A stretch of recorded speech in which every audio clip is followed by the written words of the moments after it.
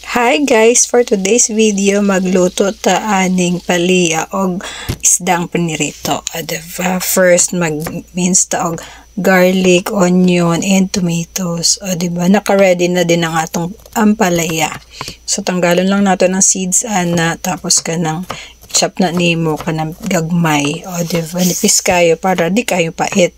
So mga nini guys, i-ready na ang kaha, butang mantika, magisa na ta sa atong mga aromatics. O diba? Basic ni kaayo. Posible wala ako kay bawani. Nya on the other corner, nagprito na sa daning galunggong. O diba? Multitasking. Butangan na itong gamayng karne na itong ginisa guys, kay para lami-lami. See, mauna ni.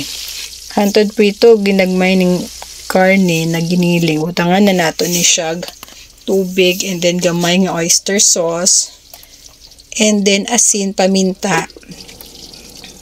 Na mabukaw na, butangan na nato aning palaya. Diba? Lutoon na to gamay ning palaya, and then put the egg. O paghukad na mo kay mga unata. O diba? Lami na kaayo. Enjoy!